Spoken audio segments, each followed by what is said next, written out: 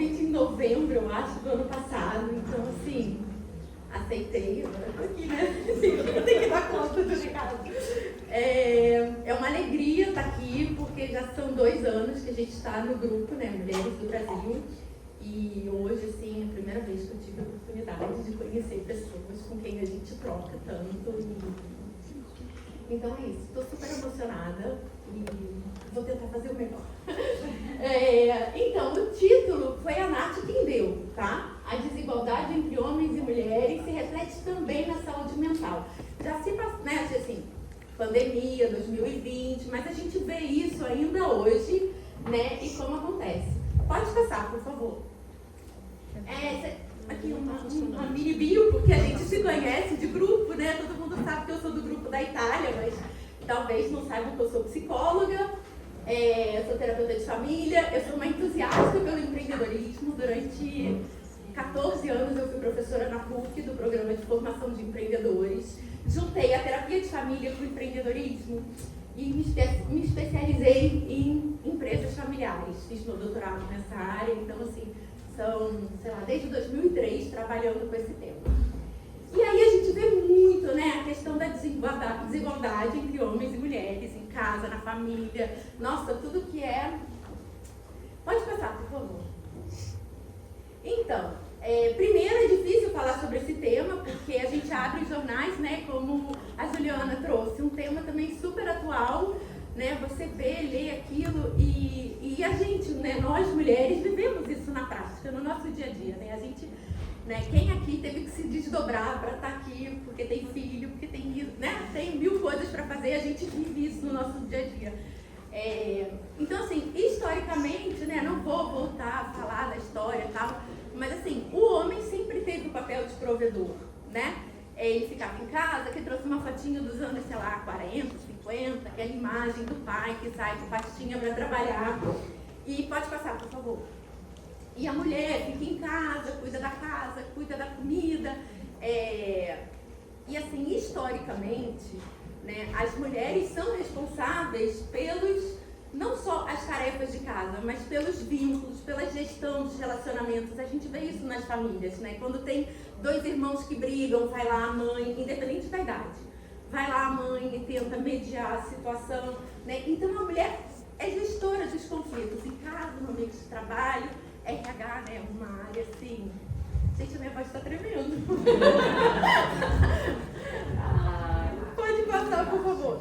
E assim, felizmente, né, mudanças estão acontecendo, né? A gente não... A foto é antiga, a gente fala, historicamente era assim, felizmente não é mais assim. Hoje a gente vive uma divisão muito mais igualitária das atividades, mas a gente sabe que as mulheres ainda ficam sobrecarregadas, né? Ainda estão sobrecarregadas, porque no mundo inteiro as atividades de cuidado são desenvolvidas predominantemente pelas mulheres, né? Tanto nos trabalhos mal remunerados ou não pagos, quanto nas carreiras de psicologia, pedagogia, serviço social, né?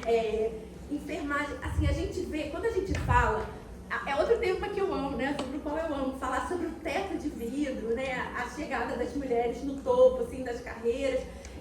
É um processo, assim, muito grande, porque começa na escolha da carreira, né? Se você escolhe ser, sei lá, psicóloga, pedagoga, você vai alcançar seus lugares, né? Mas assim, fica mais difícil chegar no topo, né? Então, assim, campanhas para as meninas entrarem nas ciências, nas exatas.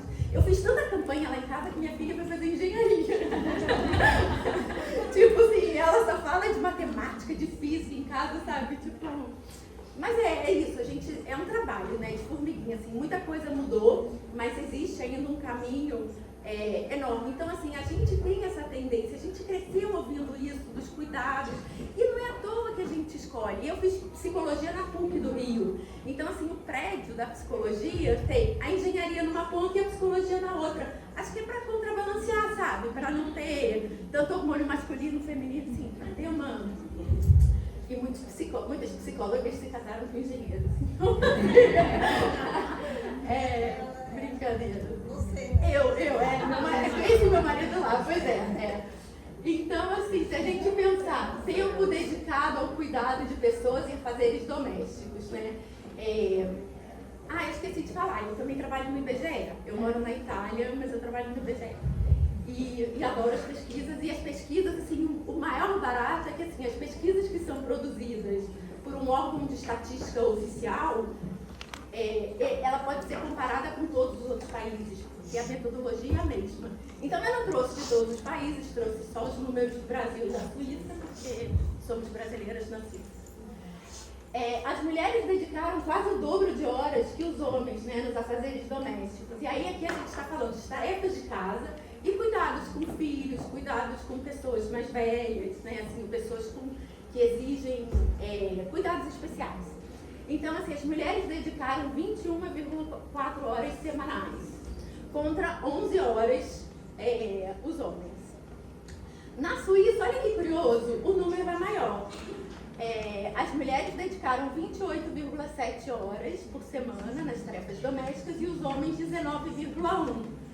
Claro, né, gente, no Brasil a gente tem uma equipe, né, a gente tem bastante pessoas que podem nos ajudar. A gente tem a gente tem babá, né, a gente pode ter cozinheira, pode ter, né, tem uma outra rede que aqui a gente não tem. Então, por isso que esses números são diferentes. Pode passar.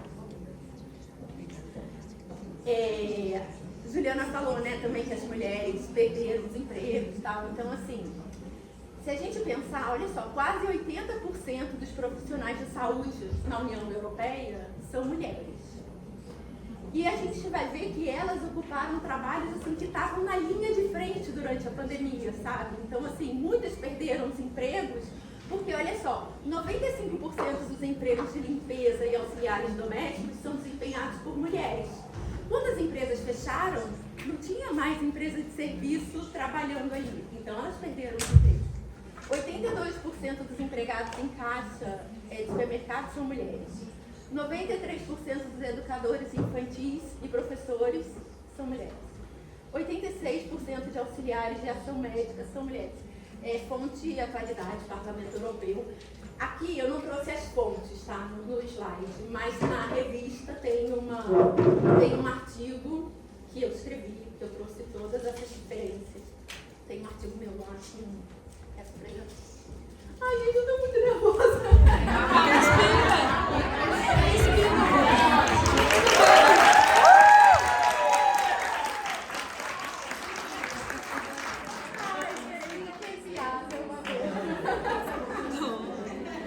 Tô feliz, sabe?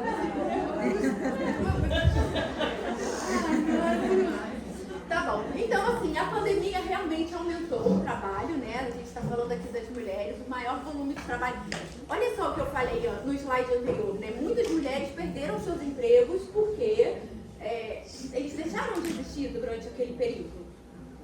Outras, as que trabalhavam em casa, elas tiveram um maior volume de trabalho. Não sei vocês, assim, eu me dei conta que meus filhos comem demais, toda hora de café. Não sei, assim, tipo, né? Você dá o café, tem o lanche, tem o jantar, toda hora, né? Então, assim, a gente vai se dando conta, assim, muito trabalho. E ao mesmo tempo, são as mulheres que são mais responsáveis por isso, né? Então, assim, se o filho tem uma dificuldade na escola, se tá com uma... É pra mãe que vai chamar, né? Os meus filhos me deram um apelido, eles me chamam lá de um apelido. Mas quando eu vejo no meu WhatsApp assim, mãe, eu sei que boa coisa não é, sabe? Se não é pelo apelido, é mãe. Então, assim, é uma coisa, é cultural isso, né? A gente tá mudando, mas assim, ao mesmo tempo que as mulheres foram pro mercado de trabalho, os homens não ocuparam aquele mesmo espaço, né? Não foi a mesma proporção, assim. Então, assim, as mulheres também tiveram que assumir cuidado com outras pessoas, então, né, pessoas idosas na família, pessoas com deficiência, crianças, né, isso a gente está falando da pandemia. Aumento no caso de violência, nos casos de violência, a gente viu, né, a ONU trouxe várias informações sobre isso, pode passar. Algumas consequências da pandemia. 1 em cada 3 mulheres, mães, pensou em trocar de emprego, reduzir a carga horária ou parar de trabalhar. Isso é dado no Women in the Workplace, uma pesquisa feita com mulheres americanas. 50% das mulheres brasileiras passaram a cuidar de alguém. E 41% daquelas que estavam trabalhando em home office afirmaram trabalhar mais durante esse período, né? Com certeza, né? Alguém aqui teve uma experiência diferente, assim, tipo, ensine, né? Traga pra gente que vai ficar rico. Muitas das mulheres ficaram desempregadas na pandemia, né? Seus empregos deixaram de existir. Foi um período estressante para a maioria das mulheres, para todo mundo, para homens, para mulheres, mas a gente que tem essa carga de trabalho, sabe? Por mais que a gente fale assim, na minha família, na minha casa, a gente divide muito bem as atividades. Sim, meu marido adora cozinhar, mas às vezes ele se levanta, tipo, ele acha que o prato vai caminhando até a cozinha, né? Tipo assim, não é assim. Então, assim, foi estressante. Mas o que a gente pode fazer? Primeira coisa, né? Principalmente investir na nossa saúde mental. Saúde mental não é a gente não se estressar, não é a gente não ter problemas, mas é a gente conseguir utilizar os nossos recursos internos para resolver isso. Né? É fácil? Não, não é fácil, mas a gente pode pensar em algumas dicas. Pode passar, Juliana, por favor. Crie uma lista de prioridades. A gente não vai dar conta de tudo. Eu tenho na minha casa um quadrinho, assim, era um caderno que eu comprei há muitos anos e eu não jogo fora. É assim, se não der para fazer tudo, faça tudo que der. E é isso, sabe? É o lema. Se não der para fazer tudo, faça tudo que der e aí, paciência. Então, crie prioridades, né? Antes ainda. A outra coisa é delegue o que não precisa ser feito por você, né? Assim, cria lá uma planilha, sabe? Tipo, sei lá, quem é que pode tirar o lixo? Na pandemia, todo mundo queria tirar lixo na minha casa. Depois, acumula, sabe? Tipo, acumula. Pode passar. Amplie ou fortaleça a sua rede de apoio. Quando a gente fala em rede de apoio, a gente que, né? Nós, brasileiros, morando fora, a gente pensa na mãe, na babá, mas a rede de apoio pode ser um grupo de amigos, pode ser um grupo voluntário, pode ser um grupo online, por exemplo. Durante um tempo, eu participei de um grupo que era de mães brasileiras que moram fora do Brasil, para escrever textos, assim, contar das suas experiências, e a gente criou ali uma rede super legal, sabe? São minhas amigas, assim, que são, tipo, 3 anos de contato online, e essa semana a gente se conheceu, sabe? Semana passada. Então, assim, são coisas importantes. Então, pode ser também fazer um curso, entrar para uma faculdade, ou botar criança na escola. Essa é uma rede de apoio. Você não tem mãe por perto, você não tem a babá, mas você pode colocar criança na creche. A gente tem que criar isso, né? A gente tem que ampliar, né, a nossa rede, fortalecer. Pode passar. Encontre um dispositivo para aliviar a tensão. Assim, qual é o dispositivo? Pode ser fazer terapia, pode ser fazer ginástica, pode ser fazer um curso, pode fazer o trabalho voluntário, pode ir rezar na igreja. Cada um vai encontrar aquilo que te faz bem, né? Que é o seu lugar, assim, para você extravasar a sua ansiedade, a sua tensão, assim, porque ela existe, né, gente? Assim, é impossível. O dia, né, assim, 24 horas, a gente, sei lá quantas horas a gente tem, quantos sustos a gente leva, quantas coisas acontecem, não é? Acho que eu não estou falando nenhuma... Tudo verdade. Tudo verdade. E aí, gente, assim, a gente precisa cuidar de quem cuida, né? Então, assim, lugar comum isso, mas assim, num acidente de avião, né, numa situação de emergência, a gente tem que colocar primeiro a máscara na gente, né? Então, assim, você precisa colocar a sua máscara primeiro, para depois poder ajudar os outros. Então, assim, não vai dar tempo de fazer, não vai dar conta de fazer tudo, não vai ter tempo para isso, não vai ter disposição. Tem dias que a gente vai dizer assim, ai, não quero dar comida, eu quero passar no McDonald's, né? Assim, as amigas da Itália, sabe? Tem um dia na semana que eu tenho que levar meu filho para treinar. Eu perco 5 horas da minha tarde ali, naquele compromisso. E, pô, tem o meu trabalho também, tem o grupo, as coisas que a gente quer fazer, sabe? Tem tanta coisa pra fazer. E às vezes eu olho pra trás assim, né? quer um McDonald's hoje? Quando ele aceita, eu fico super feliz, porque aí eu sei que eu vou chegar em casa, eu não vou precisar junto, né? E assim, claro, a gente não pode ficar dizendo isso, né? Eu prefiro dar esse tipo. Mas assim, a gente precisa do tempo, sabe? A gente precisa ter o nosso tempo de vez em quando. Então assim, não quer tomar banho? Não, banho tem que tomar. Mas assim, não quer. Banho lá em casa não tem. Mas assim, não quer comer? Tá bom, não come. Não quer fazer dever? Não faz, sabe? Não. Tem dias que a gente não pode se estressar. Então assim, cuidar da gente primeiro. Pessoal, era isso. Cuidem a máscara. Obrigada.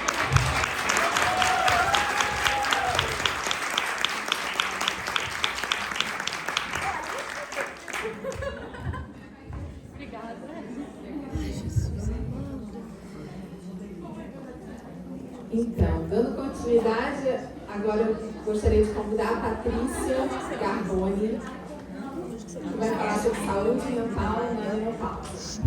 Patrícia! Já estou sabendo que esse assunto está interessando muita gente aqui. Mas antes de eu me apresentar, eu estava aqui ouvindo a Carla falando, e tudo que ela estava falando, eu voltei no tempo e me vi quando eu estava entrando na menopausa. Mas antes de começar a falar de mim, da minha apresentação, eu quero falar do poder da conexão das mulheres brasileiras na Europa. Quando eu estava com a minha saúde mental muito ruim, eu fui fazer yoga. Aí conheci uma pessoa que eu tenho uma enorme gratidão de Deus ter colocado na minha vida, a Priscila, do BTG Pactual. E a gente estava lá fazendo a nossa yoga. Eu achava que yoga era uma coisa para quem era calminha, eu era muito agitada, fazia 1000 coisas ao mesmo tempo. Mas a vida, a minha saúde mental me colocou lá do lado da Priscila. E ali começou uma amizade que chegou aqui hoje. Quando eu cheguei no Pactual para fazer minha primeira reunião com a Priscila para falar do Grupo Mulheres do Brasil, eu falei para ela que eu era apaixonada pelo projeto Dona de Mim e queria muito fazer aquele projeto em Portugal, porque eu moro em Portugal. E aí conversa vem, conversa vai. Ela me apresentou a Juliana, que falou aí para vocês, me apresentou a Marta e a gente acabou fazendo uma reunião e o Dona de Mim aconteceu no Brasil e não aconteceu em Portugal.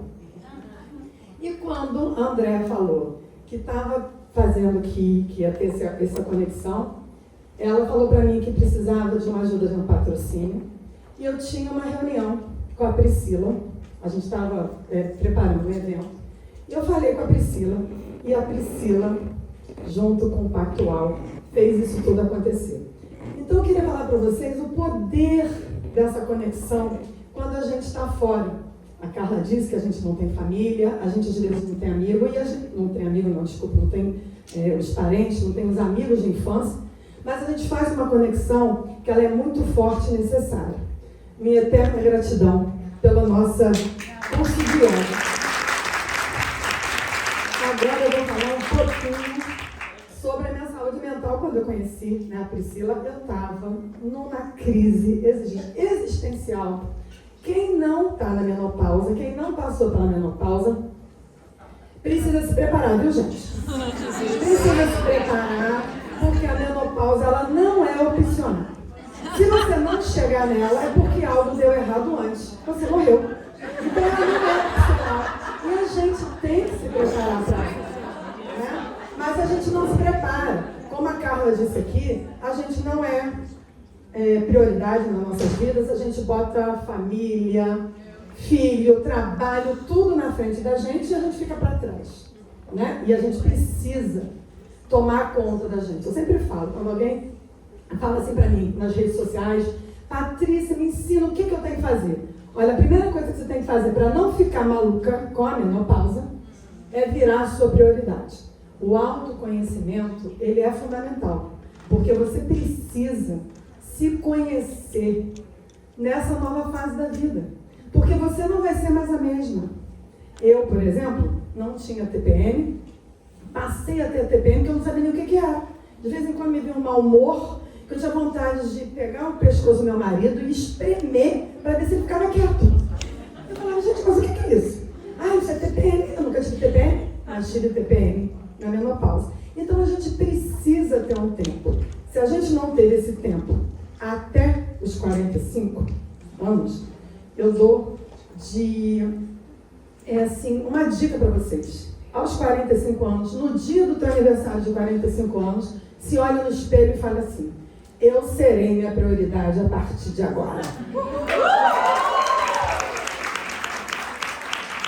Ô Ju, pode passar. Eu escolhi aqui uma foto. Eu nunca falei de saúde mental na menopausa. Já falei de muitas coisas na menopausa. Eu uso as minhas redes sociais para falar sobre a menopausa, sobre a minha experiência. Mas eu escolhi essa foto. Essa foto, eu fui exatamente para Londres. Quando eu entrei no climatério, eu não sabia o que era climatério. Se alguém falasse assim, o climatério, eu ia perguntar, é o nome do seu cachorro? Porque eu não sabia o que era climatério. E eu me achava uma pessoa super moderna, antenada. Então, essa foto aí eu tirei porque foi nesse lugar, esse aí é meu pé, olhando para fora em Londres, num dia de muita chuva, que eu percebi que eu estava com uma tristeza, que eu não estava dando mais conta sozinha. E eu me perguntei, será que você está entrando em depressão? E eu não sabia o que era. Quando eu fiz 45 anos, meu filho saiu de casa e eu fui para Londres. Mas ao mesmo tempo que eu tinha dias que eu sentia muita alegria, eu também sentia muita tristeza. E eu nunca fui uma pessoa triste. E dizem que para você estar na depressão, você precisa ter pelo menos 2 semanas seguidas de muita tristeza. Eu não tive essas 2 semanas seguidas, mas eu tive dia sim, dia não, dia sim, dia não. E percebi que eu precisava fazer alguma coisa por mim, porque aquilo ali podia se tornar pior. Bem, comecei dia sim, dia não, daqui a pouco é dia sim, dia sim, dia sim, dia sim, depois é mês, né? Então a gente precisa tomar conta. Só que a gente não tem tempo e a gente não percebe. A gente acha que a gente está cansada, a gente acha que a gente está se irritando demais com o filho, com o marido, porque é do trabalho, porque a gente já não está dando conta daquele monte de trabalho e a gente nunca pensa na gente. Então eu gosto sempre de olhar essa foto porque ela me lembra que a gente precisa pedir ajuda quando a gente não dá conta sozinha.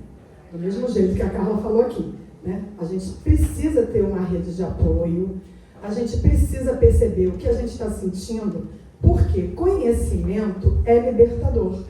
Depois que eu percebi que não adiantava nada, eu não queria que a menopausa chegasse, porque ela ia chegar, ela não era opcional, eu tinha que virar aliada dela. Porque se eu não virasse, a minha vida seria um inferno. Uma vez menopausada, sempre menopausada, né? Não existe. Né? Uma vez menopausada, sempre menopausada. E eu não queria ser uma pessoa triste, eu não queria ser uma pessoa pesada, eu queria continuar com aquela alegria, mas eu não estava encontrando aquela alegria. E uma coisa que é muito importante, a gente está falando muito sobre saúde mental, né? Eu tenho muitos relatos de pessoas que me procuraram dizendo que entraram na pandemia, entraram na menopausa na pandemia. Não pode existir coisa pior do que entrar na menopausa num dia de festa. Na pandemia, então, realmente é muito difícil. Né? E teve muita gente, porque foram 2 anos de pandemia, muitas mulheres entraram na menopausa nesses anos. Então, hoje está se falando muito sobre a saúde mental e eu dou, assim, um mérito à pandemia. Uma das coisas boas que eu aprendi na pandemia foi ter essa noção de que a gente precisa fortalecer nós próprios, assim como a Carla disse, botar máscara, porque se a gente não tomar conta da gente, a gente não consegue tomar conta da família, a gente não consegue dar conta do trabalho, a gente não consegue. E o autoconhecimento, ele é muito importante, porque a gente realmente não se dá conta, né? A gente não se dá conta, a gente não tem tempo de pensar, a gente não se dá conta da nossa semana. Quando a gente vê, já chegou na sexta-feira, a gente não sabe nem o que a gente fez, a gente não parou o tempo, não tem o tempo para tomar um café com uma amiga, não tenho tempo para isso, não tenho tempo para aquilo. E a gente precisa achar esse tempo depois dos nossos 45, porque ele vai ser o estoque que a gente vai fazer para quando a menopausa chegar, de braços abertos, chamando, vem querida, você tem um estoque de força para dar conta desse momento. Eu achei que a menopausa seria a pior coisa na minha vida. E hoje eu sou grata à minha menopausa, porque a minha menopausa, ela me deu a oportunidade de eu inspirar as mulheres mais novas. Porque se eu conseguir, aos 55 quase, que eu vou fazer 55 anos daqui a pouco, se eu conseguir passar por ela, e estou aqui hoje, falando sobre ela com uma leveza danada, que eu estou aqui me achando bonita, que eu estou aqui me achando competente, que eu estou aqui me achando que eu posso tudo, que não tem ninguém que vai dizer que eu não posso. Teve o Oscar semana passada que mostrou que a gente pode tudo em qualquer idade. Não é verdade? Então eu estou aqui para falar para vocês que por mais que pareça difícil, não é. Se a gente for voltar um pouquinho na nossa vida, eu acho que os grandes momentos da vida de uma mulher tem muito a ver com o hormônio. Acho que a gente pode passar o slide, Jô. Tem muito a ver com o hormônio. E passa mais um, depois a gente volta para isso, por favor, que eu já vou entrar aqui. Tem muito a ver com o hormônio. Quando a gente mocinha, né?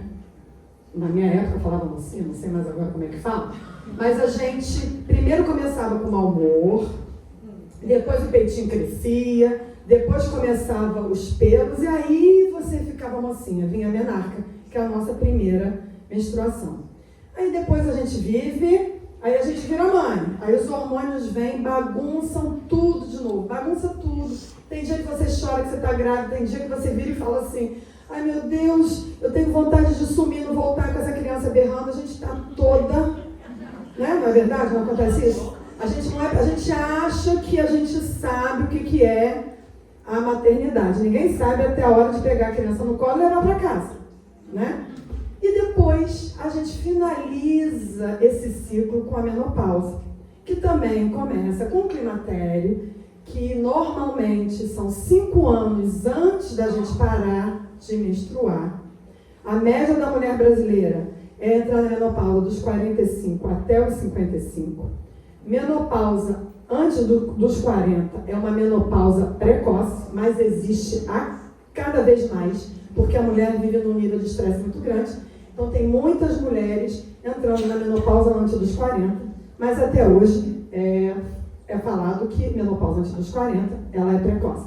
Mas é muito normal, logo depois que a gente faz 40 anos, o nosso corpo começar a mudar para receber a menopausa.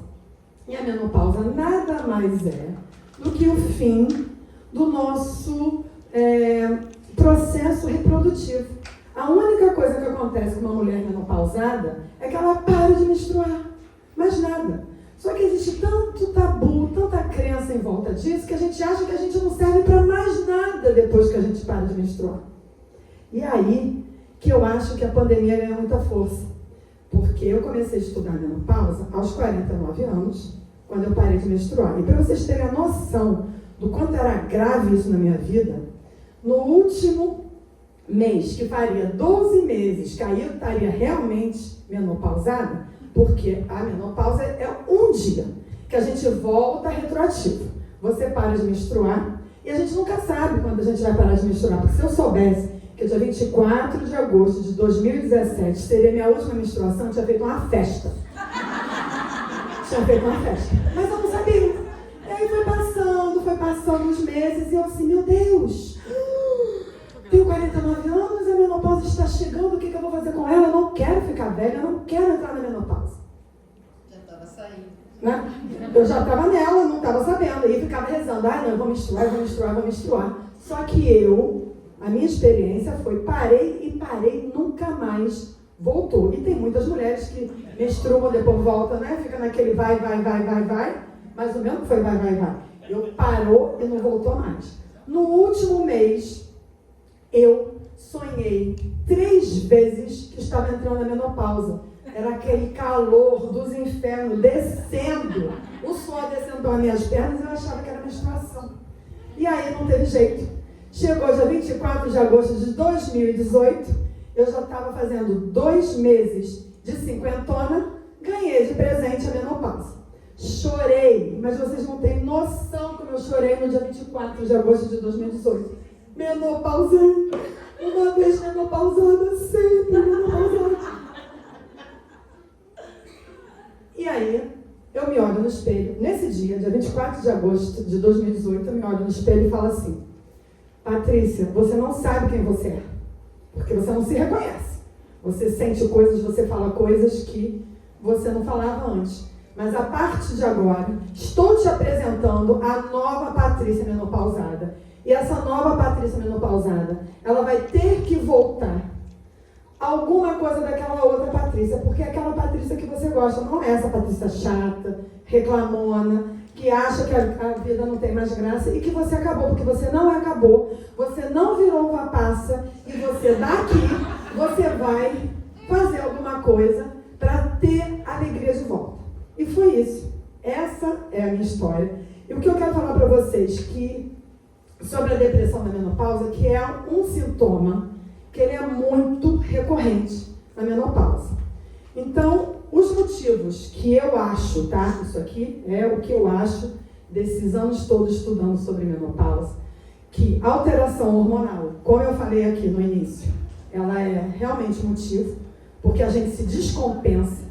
Então, toda mulher que está entrando na menopausa, ela está descompensada, não tem jeito. E descompensa o físico e o psíquico, ele também descompensa. Depois, o problema de sono, gente. 70% das mulheres na menopausa têm problema de sono. E a insônia é um dos sintomas que deixa a gente doida, não tem jeito.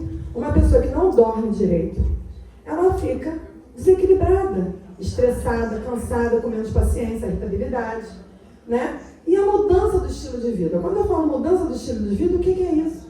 Você chega na menopausa, normalmente entre os teus 45 e 55, e você ganha de pacote os seus pais envelhecendo, seus filhos saindo de casa, pressão na carreira, porque todo mundo olha para você como se você já fosse uma pessoa que não pensa mais, que não é mais inteligente, né? Você está envelhecendo. O homem envelhecer é a coisa mais maravilhosa do mundo. Cabelo grisalho, barriguinha, todo mundo gosta, mas a mulher, quando ela começa a envelhecer, ela é inclusive colocada a teste. Se o que ela pensa, o que ela fala, ainda está validado, né? Então, para mim, esses 3 motivos aí são os motivos que levam a mulher na depressão. Uma outra coisa que eu quero falar para vocês, que é muito importante, e eu falei até para a Priscila ontem, que a gente precisa tomar muito conta do nosso sono. A insônia, quem tem insônia, ela tem que tomar conta dessa insônia.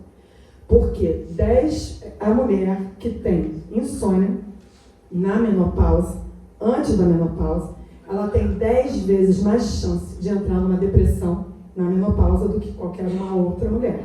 Então a gente precisa tomar conta disso. Antes, a mulher que teve depressão pós-parto, ela também tem uma tendência maior de entrar na depressão como sintoma da menopausa, tá, gente? É um sintoma, né? Não é que você vai entrar na depressão e vai ficar deprimido o resto da vida. É um sintoma. E a mulher que tem muitos problemas de TPM, né? Eu não tive, mas quase entrei na depressão. Não entrei em depressão porque eu tomei conta antes. Mas também tem estudos que mostram que mulheres que têm uma TPM muito violenta também têm uma tendência maior de entrar em depressão na menopausa. Então a gente tem que tomar conta da gente, sim. Estou aqui para inspirar as mulheres mais novas e estou aqui para dizer para as mulheres da minha idade que em qualquer momento a gente pode começar a tomar conta de nós próprias. E é possível ser feliz, se sentir maravilhosa, gostosa, com a libido lá em cima, depois da menopausa. Muito obrigada.